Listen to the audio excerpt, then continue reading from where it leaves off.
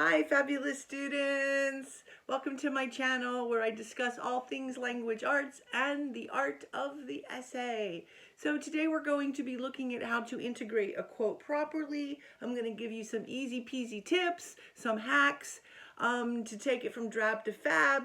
But first I want to discuss there's three kinds of quote integration. The first is short words, 1, 2, 3 words, and we usually use these for style analysis. If you don't know what style analysis is, that's where the teacher gives you a passage or a chapter or even a sentence, and you describe how the author uses the words, that's diction, imagery, metaphors, to create some kind of tone or mood or amplify character or something like that.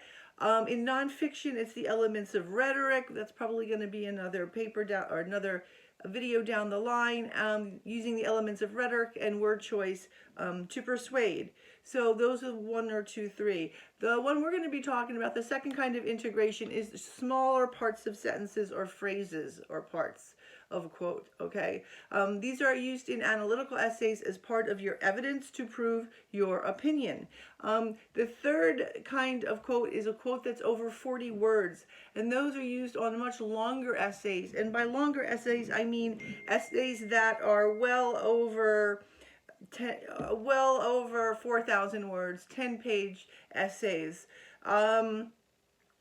And for my students, that would be perhaps your IB extended essay. Otherwise, you normally don't tend to get those until you're in college. But today I'm going to talk about the second kind, and that is short phrases in a sentence, maybe or even just super short sentences that you put into your essay and to explain your opinion or to prove your opinion. And so I'm going to show you how to up your quote game and take your quote integration from DRAB to FAB. Okay, so the first two problems I see, the first is an easy fix. The second one is a little bit tougher, but not much. Okay, is not using the proper punctuation. So, so the two problems are not using proper punctuation and then not integrating your quote correctly. So let's tackle punctuation first, because that tends to be what I see all the time, and it's a super easy fix. Okay, so the punctuation goes inside the quote marks. The punctuation goes inside the quote marks. So if you look down here, I'm going to show you a sentence from a student. It says, once she becomes the lioness, she has quote marks around the lioness, and then she has the quote marks, and then the comma is outside of the quote marks. That's a no-no. Another sentence that she used was, my sacrifices will never be enough. Same thing, she put the period outside of the quote marks. That is wrong. Okay, so the correct way to do it is, once she becomes the lioness, the period or the comma going inside the quotes, Or my sacrifices will never be enough. Once again, the period goes inside the quotes. All right, and honestly, it kind of looks weird the other way. So that's a super easy fix. Okay, so let's tackle the integration hack. Okay, how to put in that quote so it reads well and fluid, and your teacher will be happy, okay, that you did it the right way. So many students introduce their quote with he says, or it reads. No, that was my attempt at slow-mo. Okay, that is not how to integrate a quote. All right, because this is going to lead some other problems. All right, so I'm going to give you an example. Let's use Macbeth. All right, Lady Macbeth says, out, damn spot. And that's what the student would write, because they're focused on the quote, not really the analysis, which leads to yet another problem. So after they wrote out, damn spot, they either put a period or a comma, and then they write, this shows that, or this portrays that, or this reveals that. Okay, in Lady Macbeth's problem here, it would be, this shows guilt. No, you didn't prove anything. You plopped in a quote, and then you told me this shows or this reveals guilt. Okay, that didn't show me anything. All right, so I'm going to show you how to do it correctly. It's not that hard. Okay, I'm going to use another example from Macbeth.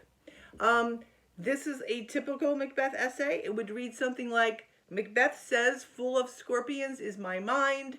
This shows that he is evil. Okay, you didn't show anything. All right, so let's read a better sentence. Macbeth's evil mind is portrayed when he admits that full of scorpions is my mind. In this sentence, I've written the state of his mind and that it is evil, and also that he admits it. So it's not like he's delusional. So I've given you some hints into his characterization. That's better. Is it the greatest? No. Let's look at some more. Better still, okay, would be Macbeth admits his entry into the world of political evil when he confesses to his wife that his mind is full of scorpions. Okay, so I've used the word admits and I've used political evil here because that's telling me what kind of evil. And he confesses. So confesses and admits gives you a further characterization of Macbeth, okay? He admits what's going on. And we have also context because we know when he does this, he discusses this to his wife. So it provides more context. So, but we can even write more. We can even write better, okay? A more amazing one would be Macbeth's mind full of scorpions is a testament to the web of evil of any power-hungry leader. Okay, you can, first of all, you can see him moving the word full of scorpions around. Okay, so is a testament to the web of evil. So I'm using the word web here, web, all right, which is kind of with scorpions, goes with spiders.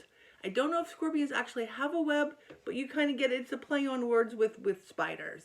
Okay, and I'm giving you more, not just about Macbeth, but the nature of evil and that he's a power-hungry leader, not just him, any power-hungry leader. So I'm giving you a lot more information.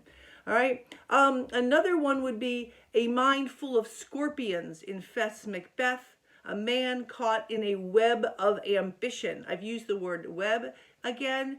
And I said it infests because scorpions would infest you. Okay, infest your house, infest a cave.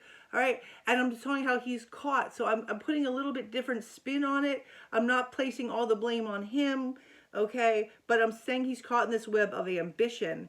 And here I'm not even discussing evil. I'm just talking about ambition. Ambition yet is another theme in the consequences of unchecked ambition is another theme of Macbeth.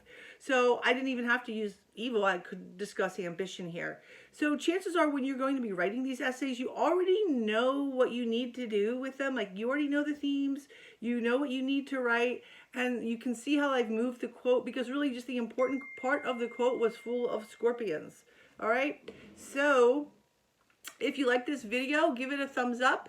If you want more of these videos, hit the subscribe and notify button. Thanks for joining me and think smart. Bye-bye.